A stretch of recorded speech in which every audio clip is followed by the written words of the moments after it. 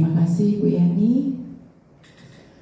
Assalamualaikum warahmatullahi wabarakatuh. Selamat siang, salam sejahtera untuk kita semuanya.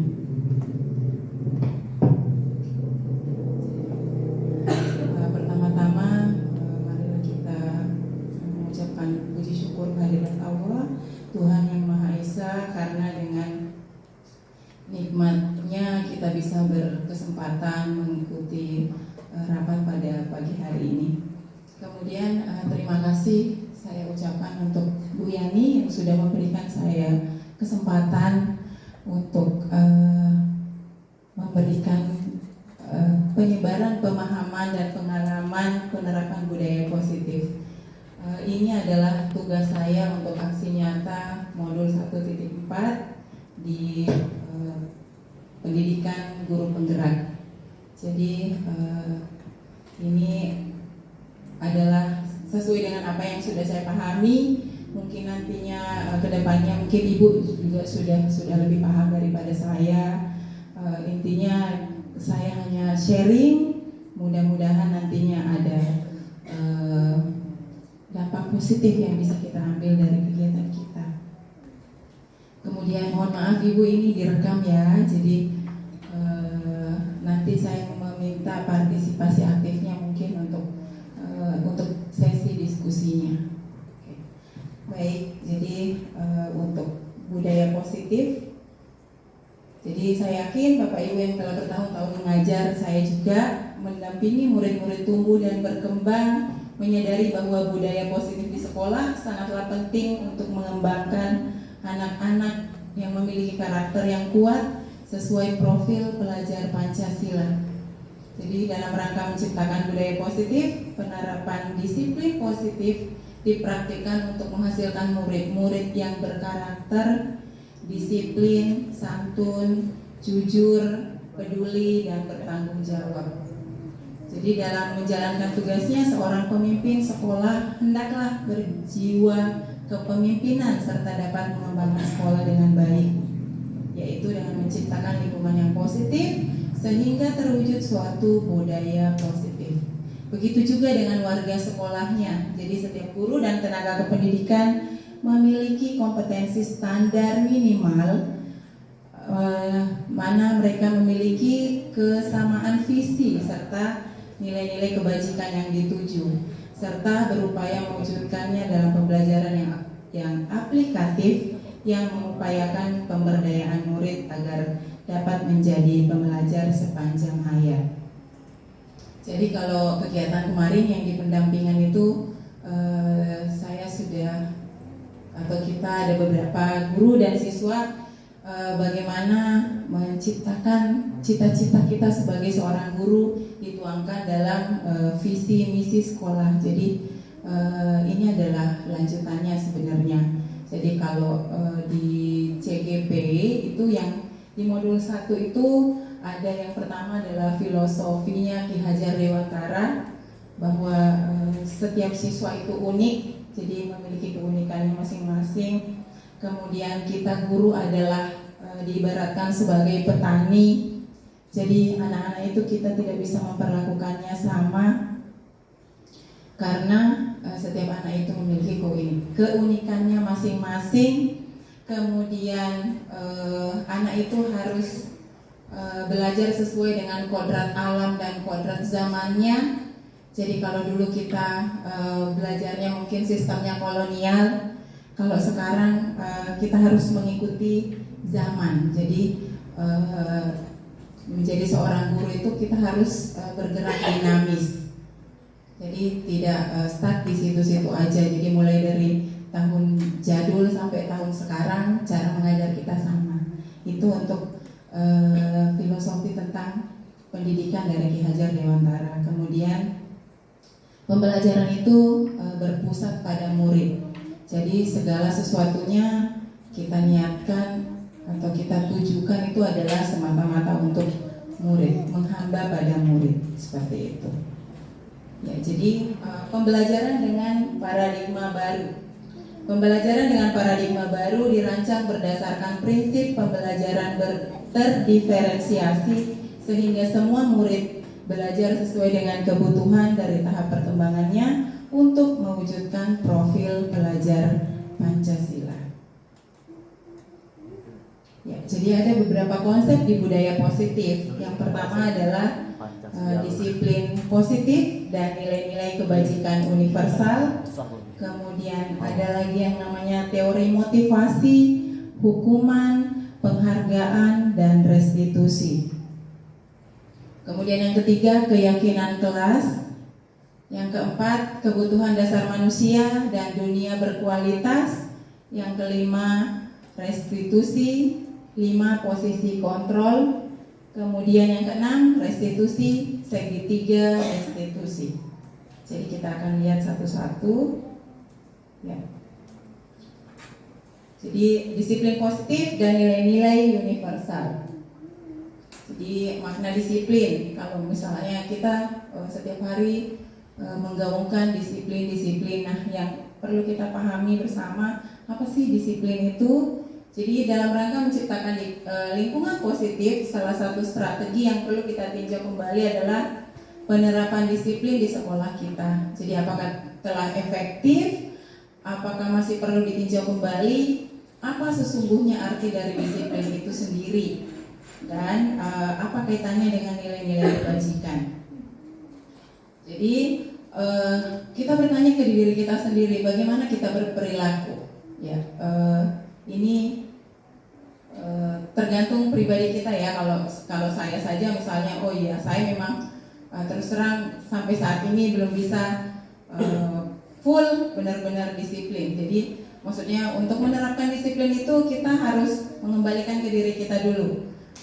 Saya sudah disiplin apa belum? Gitu. Jadi itu yang pertama. Kemudian mengapa kita melakukan segala sesuatu? Jadi segala sesuatu yang kita lakukan itu harus ada alasannya, dan pasti ada alasannya. Kemudian apakah kita melakukan sesuatu karena adanya dorongan dari lingkungan atau dari dorongan dari orang lain? Kemudian terkadang kita melakukan sesuatu karena kita menghindari rasa sakit atau ketidaknyamanan. Misal saya mau cepat-cepat ke sekolah karena saya nggak enak sama teman-teman. Berarti itu adalah itu juga sebagai sebuah alasan kenapa kita melakukan sesuatu. Kemudian terkadang kita juga melakukan sesuatu untuk mendapatkan apa yang kita mau. Jadi bisa jadi kita melakukan sesuatu itu karena tujuan kita pribadi. Kemudian pernahkah Anda melakukan sesuatu untuk mendapat senyuman atau pujian dari orang lain? Kadang-kadang kita juga berbuat sesuatu supaya kita dipuji. Itu juga manusiawi ya.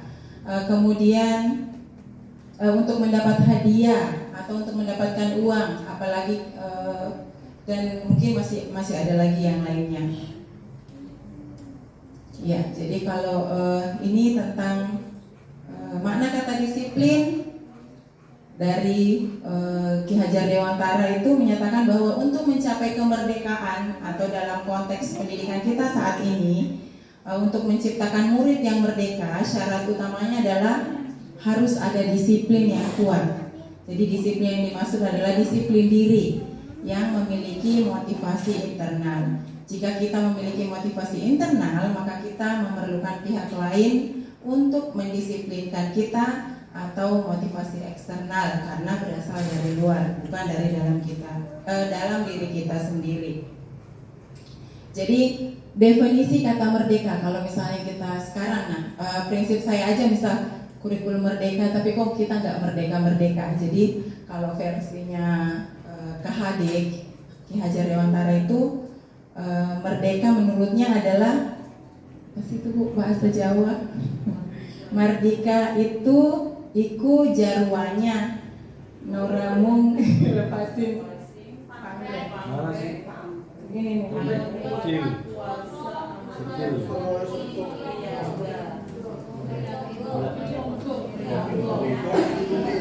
kalau saya ngomongnya nanti kedengarannya aneh ya. Jadi merdeka itu artinya tidak hanya terlepas dari perintah, akan tetapi juga cakap buat memerintah diri sendiri. Jadi artinya adalah kita memang tidak, kalau misal kita mendaftar sebagai sekolah penggerak, kita mendaftar sebagai calon guru penggerak, itu memang kita tidak diperintah, tetapi bagaimana memerintah diri kita sendiri, seperti itu ya. Jadi kalau didengarkan sekarang kok yang maksudnya siapa yang mau aja gitu, siapa yang tergerak, bagaimana supaya dia tergerak untuk melakukan sesuatu. Jadi yang paling pertama adalah memerintah dirinya sendiri. Jadi bukan atas orang lain, karena kita pengen dapat pujian dan lain-lain, seperti itu. Ya, jadi disiplin positif merupakan pendekatan mendidik anak untuk melakukan kontrol diri dan pembentukan karakter. Dengan menerapkan disiplin positif diharapkan akan tercipta lingkungan yang lebih menyenangkan, mendukung dan membangun bagi anak-anak atau individu lainnya. Budaya positif yang tercipta akan membantu mereka mengembangkan diri secara optimal dan menghadapi tantangan dalam kehidupan dengan lebih baik. Ya, jadi ini untuk disiplin positif. Kemudian untuk nilai-nilai kebajikan atau nilai universal, jadi kita lihat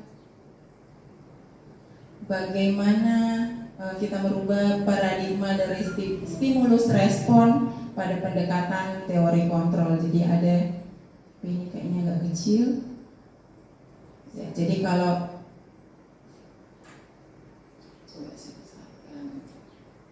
dulu kita misalnya ya, jadi perbedaannya antara stimulus respon dan teori kontrol. Jadi kalau stimulus respon itu realitas atau kebutuhan kita sama. Jadi prinsip kita bahwa kita ini sama.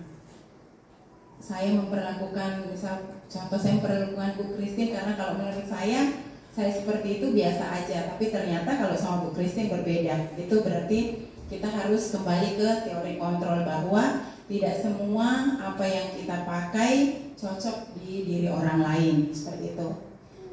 Contoh nyatanya ya Bu, untuk bagaimana merubah dari stimulus respon, bagaimana kita merespon dan bagaimana kita mengontrol. Kemudian semua orang melihat hal yang sama. Kalau teori kontrolnya, setiap orang memiliki gambaran berbeda. Kemudian kita mencoba mengubah orang agar berpandangan sama dengan kita. Nah, kalau teori kontrolnya, kita berusaha memahami pandangan orang lain tentang dunia. Jadi sadarilah atau kita harus menanamkan bahwa pemahaman kita itu beda-beda. Begitupun dengan siswa kita, pemahamannya itu pasti akan berbeda-beda. Jadi mungkin kita di atas menjelaskan apa, nanti yang ditangkapnya apa. Karena memang ternyata itu adalah manusiawi, bahwa mungkin saya menjelaskan panjang lebar belum tentu ibu juga bisa paham semuanya. Gitu. Jadi memang pemahaman orang itu beda-beda. Jadi kalau misalnya dalam pendidikan guru penggerak itu enggak misal kayak kita berpendapat kayak tidak ada, maksudnya semuanya pendapatnya diterima. Jadi tidak ada benar dan salah. Kemudian perilaku buruk dilihat sebagai suatu kesalahan. Kalau teori kontrolnya, semua perilaku memiliki tujuan. Kemudian orang lain bisa mengontrol saya. Kalau teori kontrol, hanya Anda yang bisa mengontrol diri Anda. Kemudian saya bisa mengontrol orang lain, Anda tidak bisa mengontrol orang lain. Ya, jadi prinsipnya adalah yang bisa mengontrol diri Anda adalah Anda sendiri. Kemudian pemaksaan ada pada saat bujukan gagal. Jadi yang benar adalah kolaborasi dan konsensus menciptakan pilihan-pilihan baru. Kemudian model berpikir menang kalah. Kalau teori kontrol itu model berpikir menang-menang. Ya, seperti itu. Kemudian untuk nilai-nilai universal itu adalah nilai-nilai yang akan kita capai. Misal kayak disiplin, misal datang tepat waktu. Itu semuanya, semua siswa atau seluruh warga yang ada di dalam sekolah itu akan mencapai itu. Atau nilai yang umum. Jadi bukan hanya misalnya kenapa kita harus disiplin, menerapkan disiplin, misal datang tepat waktu. Datang tepat waktu itu berlaku untuk semuanya, bukan hanya si A, B, dan C. Jadi itu yang dikatakan sebagai nilai-nilai universal atau nilai-nilai yang akan kita capai dan bersifat umum, semuanya bisa dicapai oleh seluruh warga sekolah, seperti itu. Kemudian teori selanjutnya adalah teori motivasi, hukuman, dan penghargaan serta restitusi. Jadi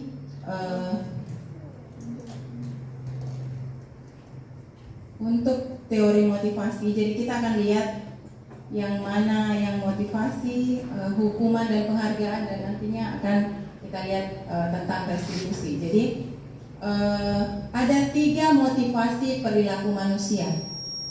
Jadi Diane Gossen dalam bukunya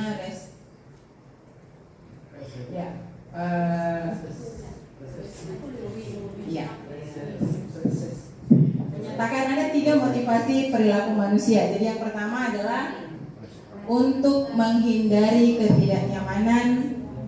Jadi kalau untuk menghindari ketidaknyamanan itu juga sering berlaku ya. Saya pribadi pun seperti itu, dan mungkin juga Bapak Ibu guru juga pernah mengalami. Jadi kenapa kita berperilaku? Jadi 3 motivasi perilaku manusia. Yang pertama untuk menghindari ketidaknyamanan atau hukuman. Jadi ini adalah tingkat terendah dari motivasi perilaku manusia.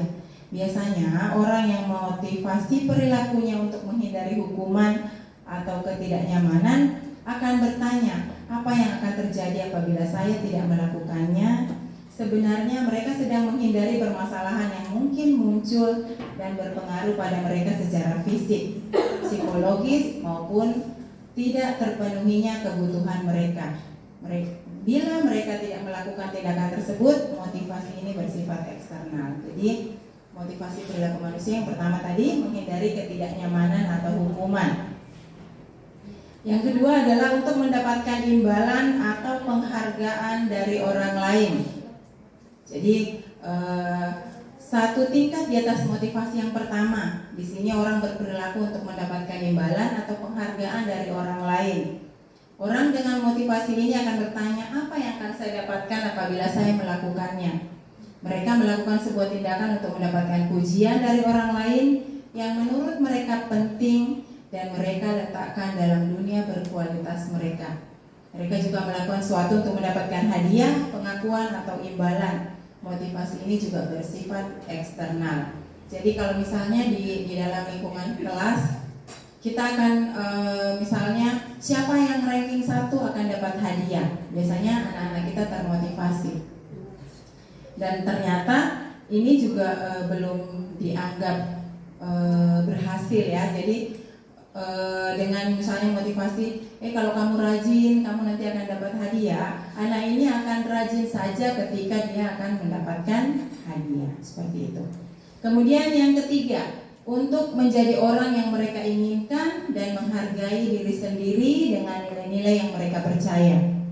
Jadi orang dengan motivasi ini akan bertanya, akan menjadi orang yang seperti apa apabila saya melakukannya. Mereka melakukan sesuatu karena nilai-nilai yang mereka yakini dan hargai, dan mereka melakukannya karena mereka ingin menjadi orang yang melakukan nilai-nilai mereka yakini tersebut. Nah, ini adalah motivasi yang akan membuat seseorang memiliki disiplin positif karena motivasi berperilakunya bersifat internal, bukan eksternal. Nah, dari 3 motivasi ini kembali lagi ke diri kita. Kita sudah di level mana? Jadi mungkin Ibu bisa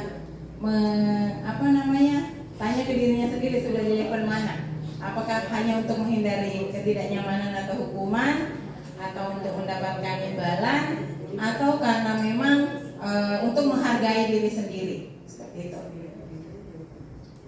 Jadi ini terkait motivasi.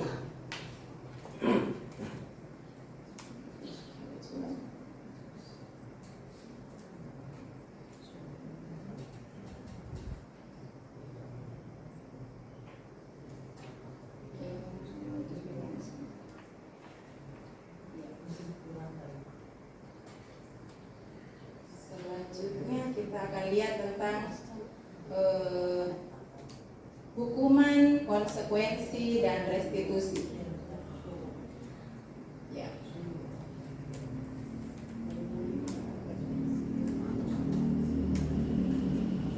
Ya, jadi kalau untuk yang tadi itu adalah motivasi dan ini adalah untuk hukuman. Jadi yang mana hukuman, yang mana konsekuensi, dan yang mana restitusi.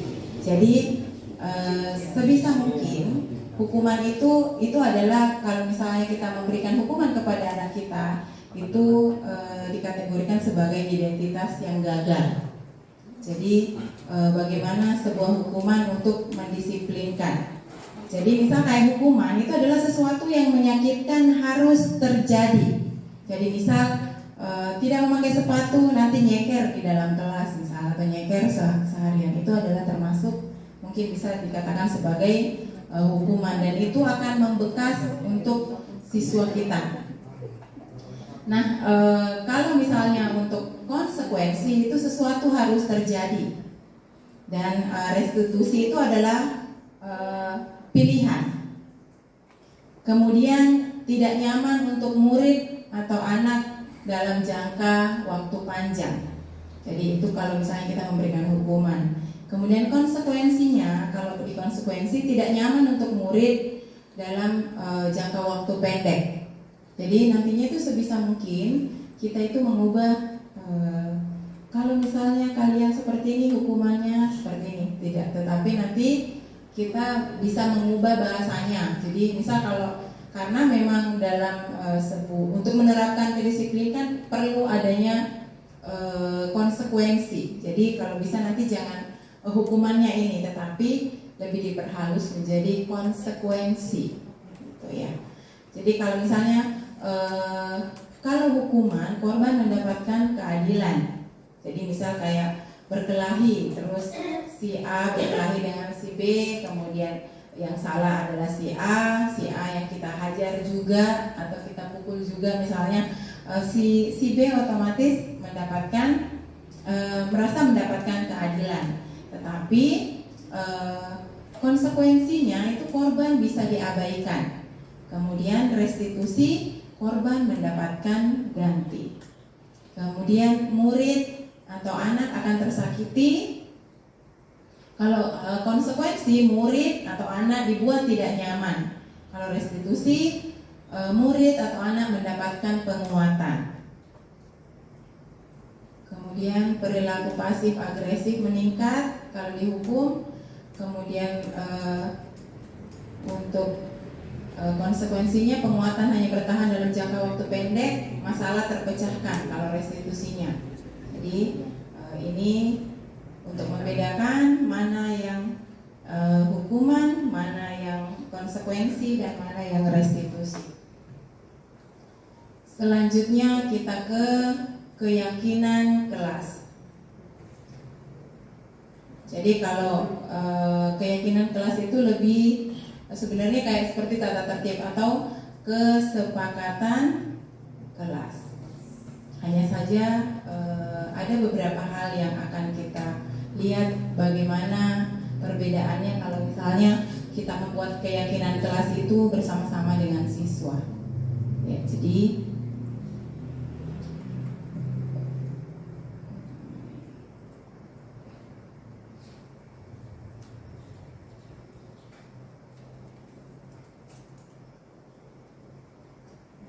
kalau untuk keyakinan kelas, ya. Mengapa keyakinan kelas? Mengapa tidak peraturan kelas saja?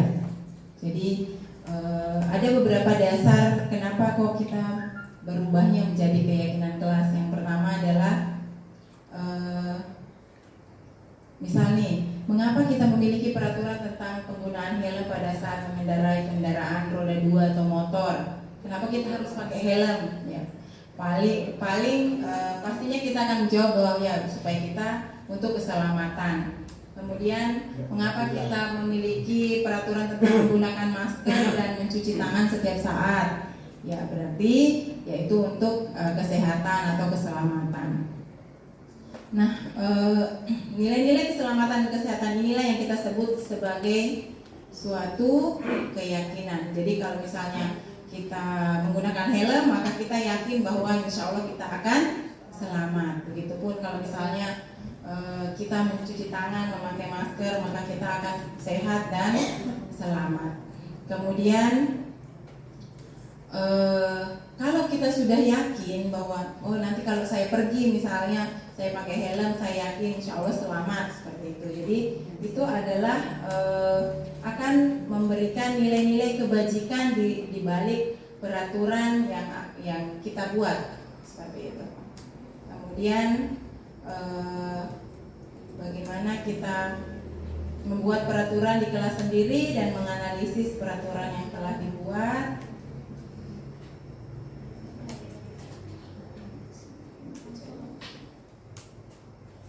Ini sebenarnya proses untuk buat di kelas, tapi saya belum praktek juga.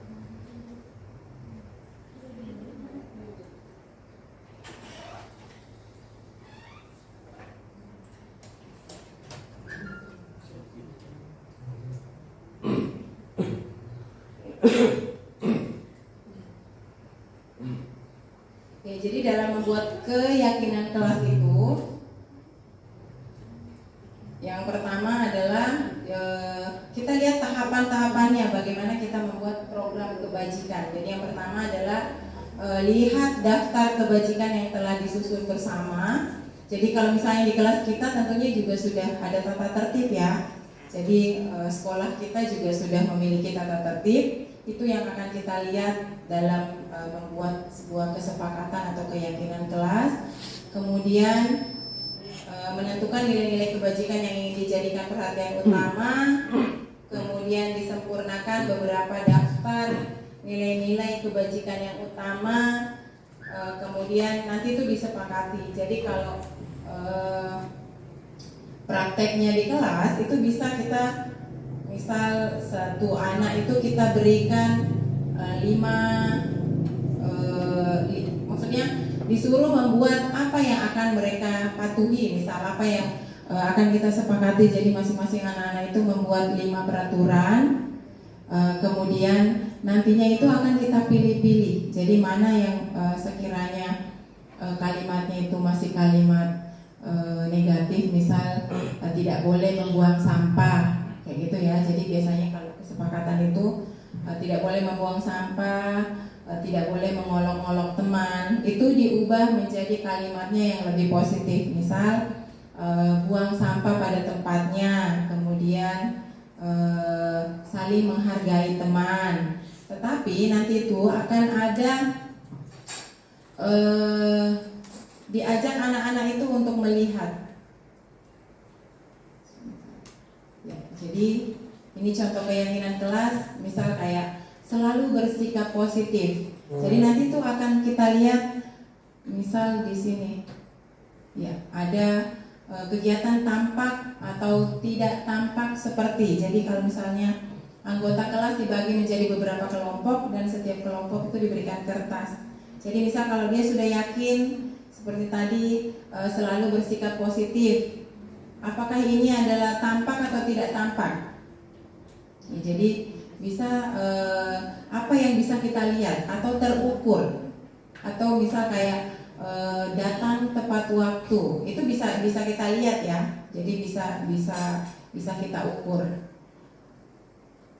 Kemudian untuk keyakinan kelas 1 ini contohnya, setiap anggota kelas perlu belajar, setiap anggota kelas perlu senang. Jadi ini semuanya kita rangkum itu dari usulan anak-anak. Jadi kalau dalam membuat keyakinan kelas itu usulannya anak-anak. Jadi nanti kita rangkum bersama. Kalau misalnya masih ada yang kalimat-kalimat yang negatif, itu kita rembukan bersama menjadi kalimat positif. Kemudian nanti itu kita pajang. Jadi kalau sudah misal dirangkum yang mana yang mirip-mirip itu dijadikan satu, kemudian nanti kita pajang di kelas, dan anak-anak akan merasa senang karena itu adalah hasil usulannya. Jadi nanti pada saat mereka melanggar atau misal kayak tidak sesuai dengan pemahamannya, itu nanti akan kita selesaikan dengan segitiga restitusi, seperti itu. Jadi mereka sudah berkeyakinan, mereka sudah membuat sendiri, maka nanti untuk konfirmasinya kita bisa lebih mudah karena mengingatkan kembali kalian kemarin sudah sepakat tentang itu, kenapa kok bisa dilanggar, ya seperti itu.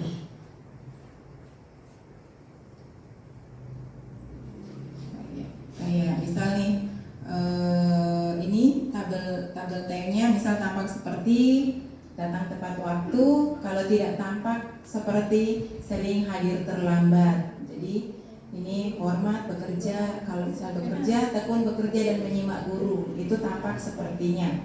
Kalau tidak tampak seperti, tidak mendengarkan guru dan acuh tak acuh.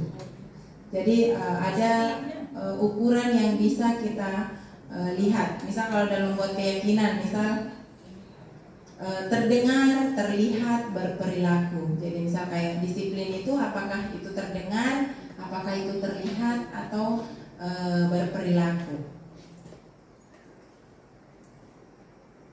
Itu untuk keyakinan kelas. Nah, kembali tadi sudah berarti yang pertama tadi disiplin positif, kemudian teori motivasi, kemudian keyakinan kelas. Selanjutnya kita akan ke kebutuhan dasar manusia.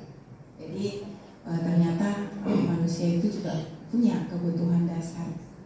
Ya, jadi kebutuhan dasar manusia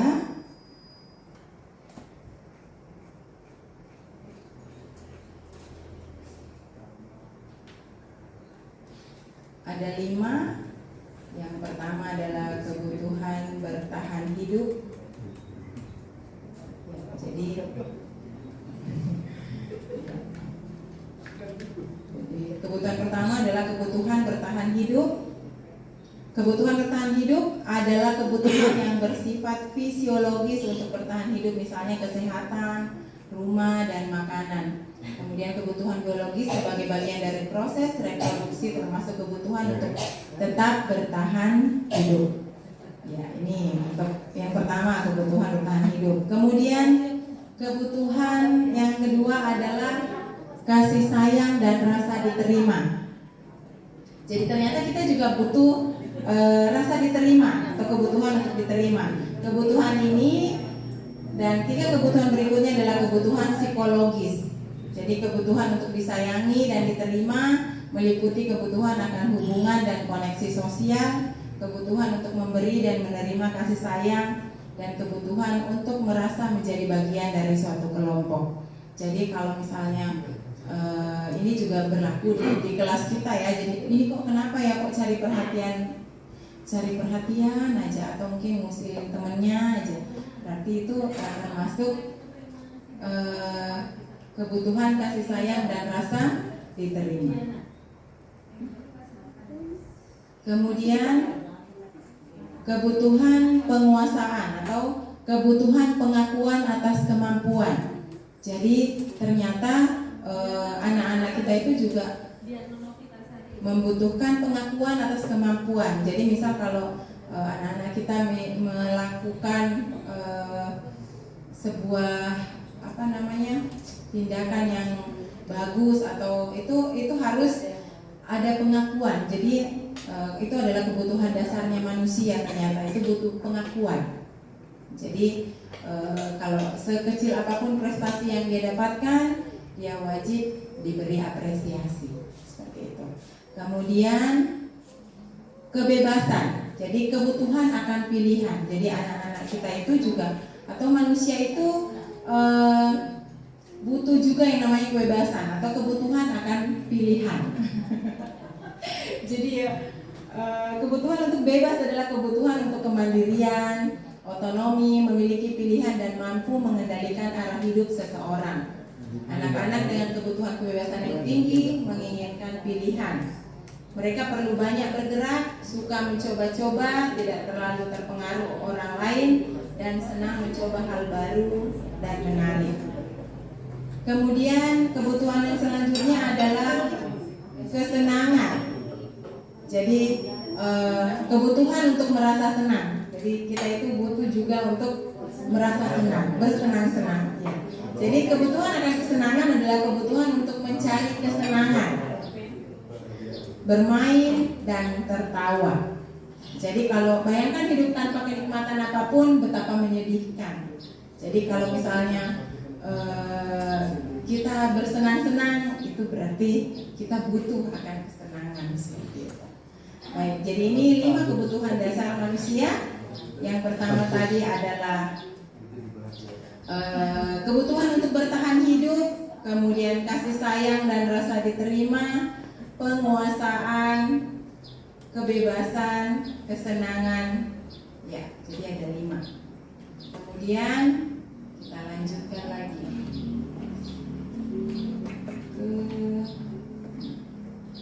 Ya, restitusi 5 posisi kontrol guru. Jadi kita sebagai guru itu punya 5 posisi kontrol. Yang pertama adalah penghukum, yang kedua pemantau, yang ketiga pembuat rasa bersalah, yang keempat teman, yang kelima manajer. Jadi ayo kita lihat kita sudah di posisi mana. Ya, penghukum. Jadi seorang penghukum bisa menggunakan hukuman fisik maupun verbal. Jadi menghukum itu bukan hanya dipakai fisik, tetapi juga bisa verbal. Orang-orang yang menjalankan posisi penghukum senantiasa mengatakan bahwa sekolah memerlukan sistem atau alat yang dapat lebih menekan murid-murid lebih dalam lagi. Guru-guru yang menerapkan posisi penghukum akan berkata, patuhi aturan saya atau awas. Awas ya, itu adalah ya. Jadi ternyata kalau awas ya, itu sudah menghukum secara verbal. Kamu selalu saja salah. Kemudian pasti selalu yang terakhir selesai. Nah, begitu misal ada anak kita kamu lagi ya, itu adalah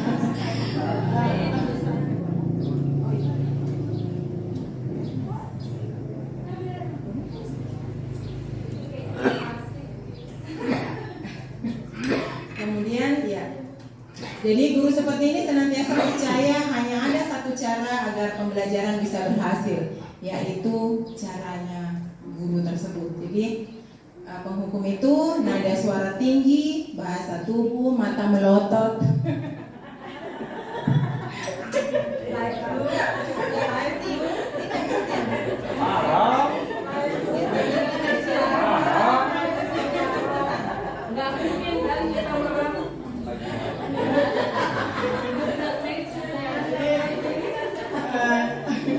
Dan jari menunjuk-nunjuk menghakimi. Ya, itu untuk kategori penghukum. Kemudian untuk pemantau. Jadi pemantau berarti mengawasi. Pada saat kita mengawasi, kita bertanggung jawab atas perilaku orang-orang yang kita awasi. Di posisi pemantau berdasarkan pada peraturan-peraturan dan konsekuensi. Dengan menggunakan sanksi atau konsekuensi, kita dapat memisahkan hubungan pribadi kita dengan murid sebagai seorang yang menjalankan posisi pemantau. Pertanyaan yang diajukan seorang pemantau, peraturannya apa? Kemudian apa yang telah kamu lakukan? Sanksi atau konsekuensinya apa? Jadi ini biasanya berlaku kalau misalnya kayak kita menjadi guru pengganti. Jadi biasanya kita hanya memantau saja. Terus nanti kalau ada yang tidak mengerjakan atau ada yang ribut, paling kita laporkan ke guru kelasnya. Jadi itu adalah status guru sebagai pemantau. Kemudian yang ketiga adalah pembuat rasa bersalah. Kemudian kalau misalnya ibu sangat kecewa sekali dengan kamu, ya itu adalah ternyata adalah pembuat rasa bersalah. Jadi dengan misalnya guru akan bersuara lebih lembut, jadi berlembut-lembut. Kemudian pembuat rasa bersalah akan menggunakan keheningan yang membuat orang lain merasa tidak nyaman, bersalah atau rendah diri. Kata-kata yang keluar dengan lembut akan seperti, ibu sangat kecewa sekali dengan kamu. Berapa kali bapak harus memberitahu kamu ya? Berapa kali diberitahu tapi nggak dengar-dengar juga. Jadi itu ternyata adalah pembuat rasa bersalah. Ini kelasnya tenang deh hari ini karena nggak ada ini. Ya, jadi itu adalah pembuat rasa bersalah. Jadi di posisi ini murid akan memiliki penilaian diri yang buruk tentang diri mereka. Murid merasa tidak berharga dan telah mengecewakan orang-orang yang disayanginya. Jadi kalau kita berbuat seperti itu akan membuat siswa kita merasa dia tidak berharga karena sudah membuat kecewa. Kemudian yang keempat adalah teman. Guru pada posisi ini tidak akan menyakiti murid, namun akan tetap berupaya mengontrol murid melalui persuasi. Posisi teman pada guru bisa negatif ataupun positif. Positif di sini berupa hubungan baik yang terjalin antara guru dan murid. Guru di posisi teman menggunakan hubungan baik dan humor untuk mempengaruhi seseorang. Mereka akan berkata, ayo bantulah demi bapak ya, gitu. Jadi kayak kita ini bisa saja membuat anak, memangnya ibu itu siapa, temanku atau gimana? Ayo ingat tidak bantuan bapak selama ini. Jadi kayak pamrih ke siswanya. Kemudian sudah kali ini tidak apa-apa, nanti ibu bantu bereskan. Itu juga termasuk teman, menganggap bahwa guru itu adalah teman. Kemudian hal negatif dari posisi teman adalah bila suatu saat guru tersebut tidak membantu, maka murid akan kecewa dan berkata, saya pikir bapak ibu teman saya. Murid merasa dikecewakan dan tidak mau lagi berusaha. Hal lain yang mungkin timbul adalah murid hanya akan bertindak untuk guru tertentu dan tidak untuk guru lainnya. Murid akan tergantung pada guru tersebut. Jadi misal kalau sama bu ini mau, tetapi kalau sama ibu itu tidak mau. Seperti itu. Oke, selanjutnya sebagai manajer. Ya, jadi di posisi terakhir manajer adalah posisi di mana guru berbuat sesuatu bersama dengan murid, mempersilahkan murid mempertanggungjawabkan perilakunya, mendukung murid agar dapat menemukan solusi atas permasalahannya. Seorang manajer telah memiliki keterampilan di posisi teman maupun pemantau, dan dengan demikian bisa jadi di waktu-waktu tertentu kembali pada kedua posisi tersebut bila diperlukan. Namun, bila kita menginginkan murid-murid kita menjadi manusia yang merdeka, mandiri dan bertanggung jawab, maka kita perlu mengacu kepada restitusi yang dapat menjadikan murid kita seorang manajer bagi dirinya sendiri. Di manajer, murid diajak untuk menganalisis kebutuhan dirinya maupun kebutuhan orang lain. Di sini penekanan bukan pada kemampuan membuat konsekuensi, namun dapat berkolaborasi dengan murid bagaimana memperbaiki kesalahan yang ada. Jadi seorang manajer akan berkata, apa yang kita yakini. Jadi misal kita sudah membuat keyakinan kelas, jadi kalau misalnya mereka melanggar, yang paling pertama kita tanyakan adalah apa yang sudah kita yakini. Kemudian apakah kamu meyakininya? Atau jika kamu meyakininya, apakah kamu bersedia memperbaikinya? Jika kamu memperbaiki ini, hal ini menunjukkan apa tentang dirimu? Kemudian apa rencana kamu untuk memperbaiki hal ini? Jadi tugas seorang manajer bukan untuk mengatur perilaku seseorang. Kita membimbing murid untuk dapat mengatur dirinya. Seorang manajer bukannya memisahkan murid dari kelompoknya, tapi mengembalikan murid tersebut ke kelompoknya dengan lebih baik dan kuat. Bisa jadi dalam praktik penerapan disiplin sehari-hari kita akan kembali ke posisi teman atau pemantau, karena murid yang ditangani belum siap diajak berdiskusi atau diundang melakukan restitusi. Namun perlu disadari tujuan akhir dari 5 posisi kontrol seorang guru adalah pencapaian posisi manajer, di mana posisi inilah murid dapat menjadi pribadi yang mandiri, merdeka dan bertanggung jawab atas segala perilaku dan sikapnya. Yang pada akhirnya dapat menciptakan lingkungan yang positif, nyaman dan aman. Ya. Jadi yang terakhir adalah segitiga restitusi. Jadi ini ada videonya. Jadi Jadi dalam segitiga restitusi adalah tiga cara untuk menyelesaikan sebuah permasalahan. Jadi melakukan segitiga restitusi. Yang pertama adalah menstabilkan identitas.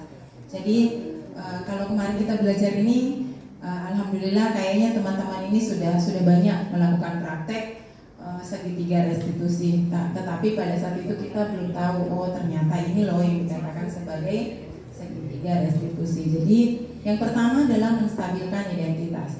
Jadi kita bagian dasar dari segitiga bertujuan untuk mengubah identitas anak dari orang yang gagal karena melakukan kesalahan menjadi orang yang sukses. Anak yang melanggar peraturan karena sedang mencari perhatian adalah anak yang sedang mengalami kegagalan. Dia mencoba untuk memenuhi kebutuhan dasarnya, namun ada benturan. Kalau kita mengkritik dia, maka kita akan tetap membuatnya dalam posisi gagal. Kalau kita ingin dia menjadi reflektif, maka kita harus meyakinkan si anak dengan cara mengatakan kalimat-kalimat ini. Jadi berbuat salah itu tidak apa-apa. Kemudian tidak ada manusia yang sempurna. Saya juga pernah melakukan kesalahan seperti itu. Kemudian kita bisa menyelesaikan ini. Bapak Ibu tidak tertarik mencari siapa yang salah, tapi Bapak ingin mencari solusi dari permasalahan ini. Kamu berhak merasa begitu. Kemudian apakah kamu sedang menjadi teman yang baik buat dirimu sendiri? Jadi itu adalah pertanyaan-pertanyaan untuk menstabilkan identitas. Jadi kalau misalnya mereka berkelahi, ini adalah referensi-referensi apa yang akan kita lakukan. Pertama itu menstabilkan identitas. Jadi jangan sampai dia merasa rendah diri atau merasa gagal karena sudah berbuat salah. Meskipun nanti di ujung-ujungnya akan ada konsekuensi. Kemudian yang kedua adalah validasi tindakan yang salah. Jadi setiap tindakan kita dilakukan dengan suatu tujuan, yaitu memenuhi kebutuhan dasar. Kalau kita memahami kebutuhan dasar, apa yang mendasari sebuah tindakan, maka kita akan bisa menemukan cara-cara paling efektif untuk memenuhi kebutuhan tersebut. Jadi menurut teori kontrol, semua tindakan manusia baik atau buruk pasti memiliki maksud dan tujuan tertentu. Jadi seorang guru yang memahami teori kontrol pasti akan mengubah pandangannya dari teori stimulus respons yang saya indikan tadi ke cara berpikir proaktif yang mengenali tujuan dari setiap tindakan. Kita mungkin tidak suka setiap seorang anak yang terus-menerus merengek. Tapi bila sikap itu mendapat perhatian kita, maka itu telah memenuhi kebutuhan anak tersebut. Kalimat-kalimat di bawah ini mungkin terdengar asing buat guru, namun bila dikatakan dengan nada tanpa menghakimi, akan memvalidasi kebutuhan mereka. Jadi misal kayak saya tahu kamu salah, kamu bisa saja nantinya berbuat lebih, tapi bersyukur kamu hanya menampar, misal kamu bisa saja berbuat lebih parah dari itu. Jadi itu adalah validasi tindakan yang salah. Padahal kamu bisa melakukan yang lebih buruk dari ini ya. Atau kamu pasti punya alasan mengapa melakukan hal itu. Kamu patut bangga pada dirimu sendiri karena kamu telah melindungi sesuatu yang penting buatmu. Kemudian kamu boleh mempertahankan sikap itu, tapi kamu harus menambahkan sikap yang lainnya. Kemudian itu untuk validasi tindakan yang salah. Kemudian menanyakan keyakinan. Jadi teori kontrol menyatakan bahwa kita pada dasarnya termotivasi secara internal. Ketika identitas sukses telah tercapai dan tingkah laku yang salah telah divalidasi, maka anak akan siap untuk dihubungkan dengan nilai-nilai yang dia percaya dan berpindah menjadi orang yang dia inginkan. Pertanyaan-pertanyaan di bawah ini menghubungkan keyakinan anak dengan keyakinan kelas atau keluarga. Apa yang kita percaya sebagai kelas atau keluarga. Jadi kembali lagi kita mengingatkan apa yang sudah kita yakini dari keyakinan kelas tadi. Kemudian apa nilai-nilai umum yang telah disepakati. Kemudian apa bayangan kita tentang kelas yang ideal. Dan apakah kamu menjadi orang yang seperti apa. Penting untuk menanyakan ke anak kehidupan seperti apa nantinya yang mereka inginkan. Kemudian apakah kamu ingin menjadi orang yang sukses, bertanggung jawab, atau bisa dipercaya? Ya, ini untuk segitiga restitusi. Jadi yang pertama tadi menstabilkan identitas, memvalidasi tindakan yang salah, dan menanyakan keyakinan. Kita akan sebelum berakhir kita akan melihat video contoh penerapan restitusi.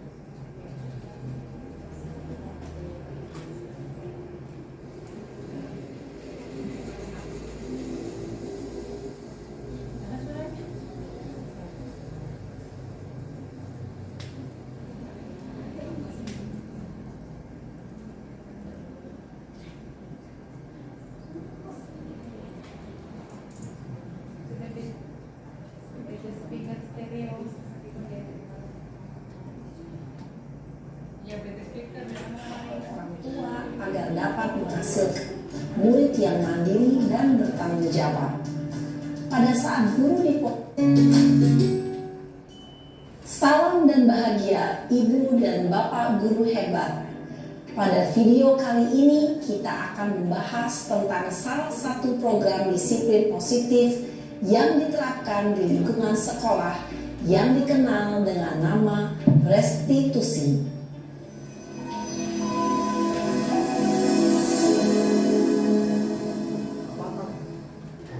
Restitusi dikembangkan oleh pakar pendidikan Diane Gosson, berlandaskan pada teori kontrol Dr. William Blaser. Segitiga restitusi adalah suatu proses dialog yang dijalankan oleh guru atau orang tua agar dapat menghasilkan murid yang mandiri dan bertanggung jawab. Pada saat guru di posisi manajer, aspek yang dikembangkan pada murid adalah motivasi intrinsik, sehingga penanaman nilai-nilai kebajikan dapat tumbuh dan berkembang menjadi suatu kebiasaan positif yang akhirnya membentuk karakter murid. Proses dialog ini terdiri dari 3 langkah yang digambarkan pada ketiga sisi pada segitiga restitusi.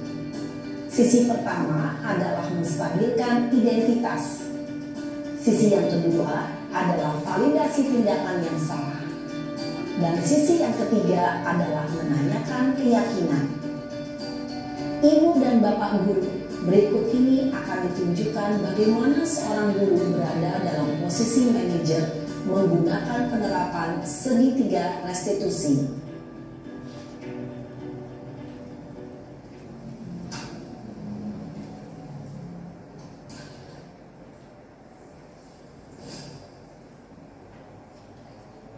Siang Sarah. Siang Pak. Sudah lama nggak ketemu Sarah. Kenapa hari ini ada di sini? Kesel Pak, kesel banget. Masa aku dikatain tukang fitnah Pak? Ya aku marah lah. Aku balik katain Eka di depan kelas. Kesel banget. Oh begitu. Ya pasti kamu marah dan kesal. Bapak juga akan marah apabila ada yang menuduh Bapak seperti itu. Kemudian pada saat itu kamu mau melakukan apa? Ya saya langsung ngatain Eka lah Pak. Kesel banget. Saya bentak-bentak dia depan teman-teman lain. Oh begitu. Pasti kamu melakukan seperti itu karena suatu alasan tertentu bukan? Iyalah, masa saya diam saja Pak? Ya saya bela diri lah. Masa saya dituduh tukang fitnah? Ya wajar lah. Mempertahankan harga diri itu sesuatu yang penting buat kamu. Untung kamu tidak bertindak lebih gegabah lagi. Hanya membentak-bentak. Iya Pak. Untung saya masih bersabar dan hanya membentak saja. Sudah gemes padahal. Saya pasti bela diri lah. Ya pasti ya. Tapi kamu memilih untuk tetap bertahan dan bersabar. Kamu memilih untuk tidak berbuat lebih parah lagi bukan? Iya. Nah, sekarang coba kita lihat lagi tindakan kamu yang bentak-bentak Eka di kelas. Tindakan kamu itu kira-kira sesuai dengan keyakinan kelas atau prinsip kamu tidak? Enggak lah Pak. Capek Pak jadi pemarah. Jadi keyakinan atau prinsip mana yang kurang sesuai dengan keinginan kamu? Ya, saya sebenarnya sangat menghargai orang lain. Mungkin saat itu saya menjadi emosi, jadi tidak menunjukkan sikap itu. Kamu meyakini tidak? Menghargai orang lain itu penting buat kamu. Yakinlah Pak. Iya, setuju. Kita harus saling menghargai. Namun, ada juga keyakinan yang kita sepakati yang perlu kita jalankan apabila kita sedang marah, bukan? Ya saya bisa lebih proaktif, mulai dengan diri sendiri. Saya bisa jadi lebih bersabar, mengambil waktu jeda untuk berpikir mau apa selanjutnya. Kira-kira kamu bersedia memperbaiki masalah ini tidak? Bersedia Pak. Kalau kamu memperbaiki masalah ini, kamu akan menjadi orang seperti apa? Saya akan menjadi orang yang bertanggung jawab kali ya Pak. Dan senantiasa proaktif. Iya, menurut kamu bagaimana rasanya menjadi orang seperti itu? Ya nyaman lah, bangga bisa bersabar dan menahan diri. Baiklah kalau begitu. Yuk kita pikirkan bagaimana memperbaiki masalah ini.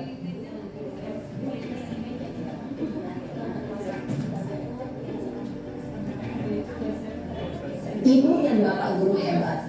Baru saja kita menyaksikan contoh bagaimana seorang guru berada dalam posisi manajer menggunakan penerapan segitiga restitusi. Mari kita bahas satu persatu. Pada sisi pertama, menstabilkan identitas berdasarkan pada prinsip bahwa membuat kesalahan adalah bagian dari proses pembelajaran. Sisi pertama dari segitiga ini berperan menggeser identitas murid dari identitas gagal ke identitas sukses.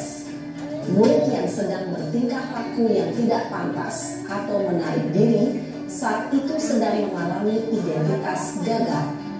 Bila kita mengkritiknya, maka posisinya tidak akan berubah. Kita bisa mengajukan pernyataan-pernyataan ini. 1. Membuat kesalahan sesuatu yang wajar. 2. Manusia tidak ada yang sempurna. 3. Kita bisa memperbaiki masalah ini. 4. Saya tidak menanyakan kesalahannya. Saya lebih fokus bagaimana memperbaiki masalah ini. 5. Apakah saat ini kamu tengah menjadi orang yang baik untuk dirimu sendiri? Pada sisi kedua, validasi tindakan yang salah berlandaskan pada prinsip bahwa setiap perilaku berupaya memenuhi suatu kebutuhan tertentu. Guru yang telah memahami teori kontrol akan bergeser dari pemikiran stimulus respon menjadi proaktif dan mencoba untuk mengenali tujuan dari perilaku murid, mengenali dan mengakui kebutuhan murid ini dapat memperbaiki hubungan dengan murid tersebut. Pernyataan atau pertanyaan bisa disampaikan dengan nada suara tidak menghakimi atau memojokkan, sehingga dapat mengembalikan murid pada posisi positif. 1. Kamu bisa saja bertindak lebih gegabah lagi dari ini. 2. Kamu bukan melakukannya tanpa suatu alasan tertentu. 3. Kamu melakukannya karena mempertahankan sesuatu yang penting bagimu. 4. Mungkin kamu bisa mempelajari suatu perilaku baru yang lebih efektif. Bersediakah kamu mempelajarinya? Selanjutnya, kita akan simak sisi terakhir, yaitu menanyakan keyakinan. Teori kontrol menyatakan bahwa pada dasarnya kita termotivasi secara intrinsik. Pada saat perilaku yang salah telah divalidasi dan identitas sukses telah stabil, maka murid telah siap mengaitkan keyakinan-keyakinannya dengan tindakannya yang salah, dan pemikirannya telah bergeser ingin menjadi orang yang dituju. Pertanyaan-pertanyaan ini dapat mengaitkan keyakinan-keyakinan yang dianut murid. 1. Sebagai keluarga atau kelas, apa yang kita yakini? 2. Nilai-nilai apa yang telah kita sepakati? 3. Seperti apa gambaran sebuah kelas yang ideal bagi kamu? 4. Kamu ingin menjadi orang seperti apa?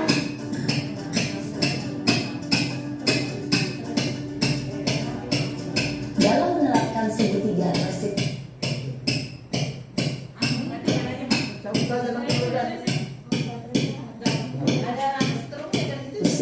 perlu diperhatikan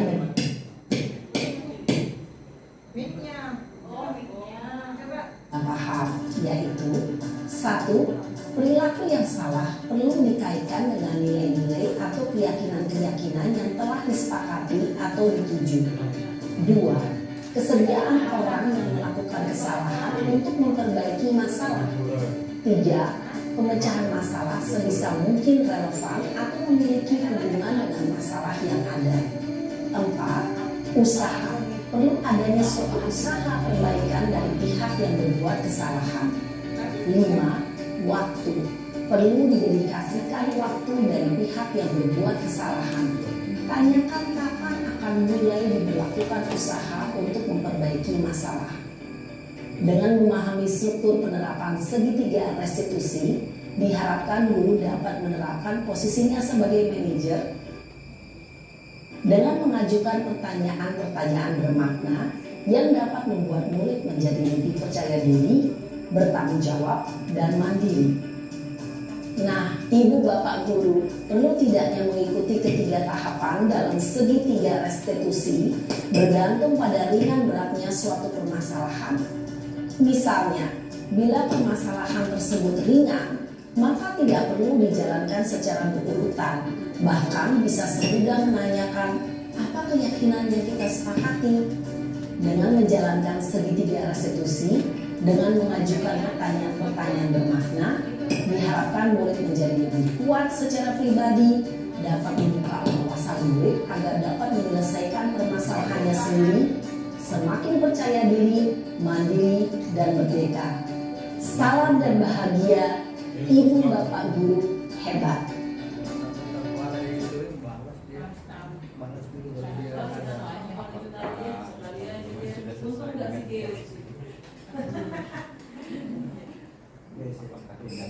Supaya Katina tahun lalu nih.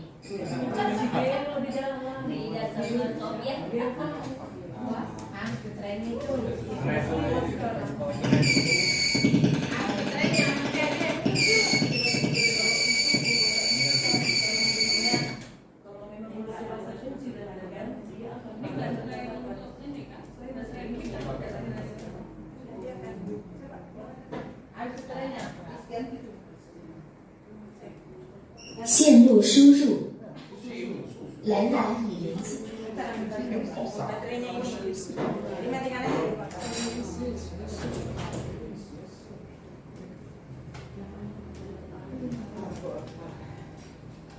Itu tadi penjelasan terkait restitusi.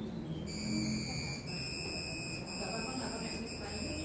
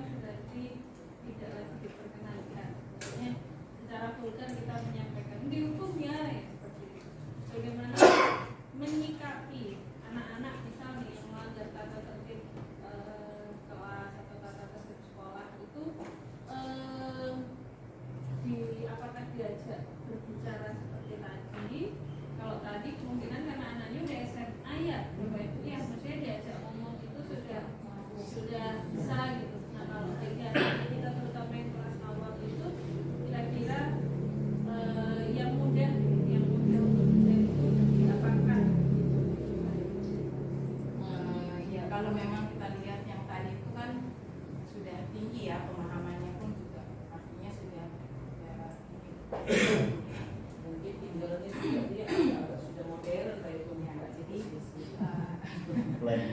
Jadi terima kasih Bu Yani. Jadi memang sebenarnya kalau di sekolah penggerak itu kan juga kita juga sudah diajarkan untuk menganalisis jadi apa yang menjadi kearifan lokal kita dan bagaimana untuk kembali lagi ke KHD tadi bahwa kita sesuai kodrat dan zamannya. Jadi kalau tadi contohnya itu adalah anak SMP. Nah kalau di untuk SD mungkin lebih sederhana lagi.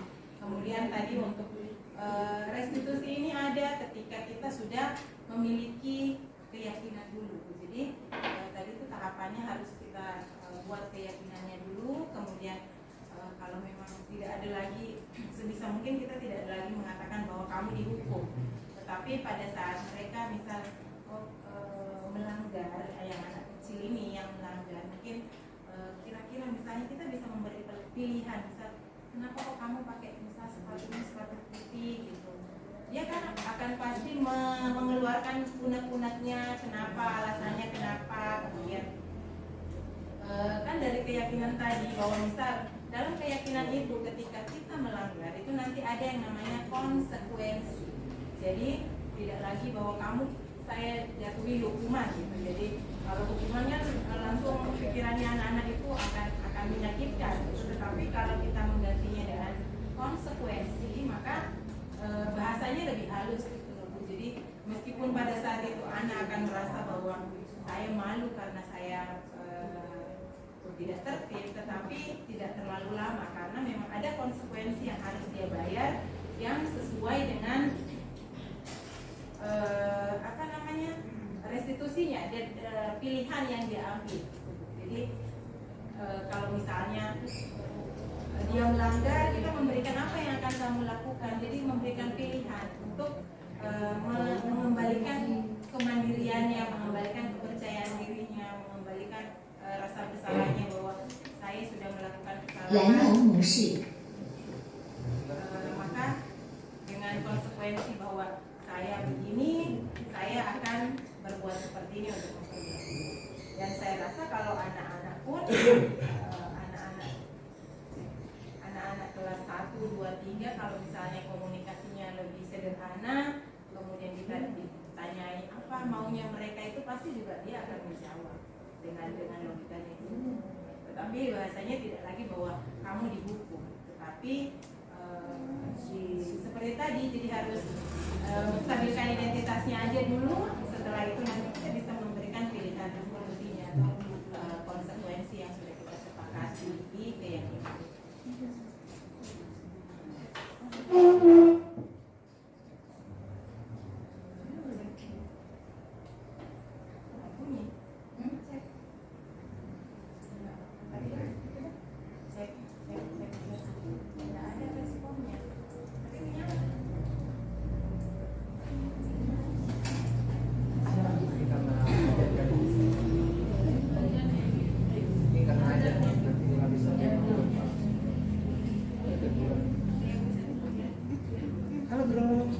Baik Bapak Ibu, terima kasih waktunya. Kemudian apa yang saya sampaikan adalah apa yang sudah saya pahami. Itu masih jauh sekali dari kesempurnaan, jauh sekali dari yang diinginkan oleh modul ini, tetapi itu adalah 蓝牙 apa 语 yang saya pahami. Seperti itu ya. Jadi kalau misalnya untuk kedepannya mudah-mudahan adalah dari budaya positif ini bisa menyangkut atau ada yang berkenan di hati kita bahwa oh iya benar juga ya apa yang disampaikan. Kemudian saya mohon maaf kalau misalnya dalam menyampaikannya saya tidak detail, tidak nuntut ya, karena itu adalah proses belajar dari saya. Kemudian kalau ada sisi positifnya yang mungkin bisa bermanfaat teman-teman bisa menjadi referensi. Kemudian terima kasih untuk Bu Yani, waktunya sudah lumayan panjang. Saya akhiri, wassalamualaikum warahmatullahi wabarakatuh. Waalaikumsalam warahmatullahi wabarakatuh.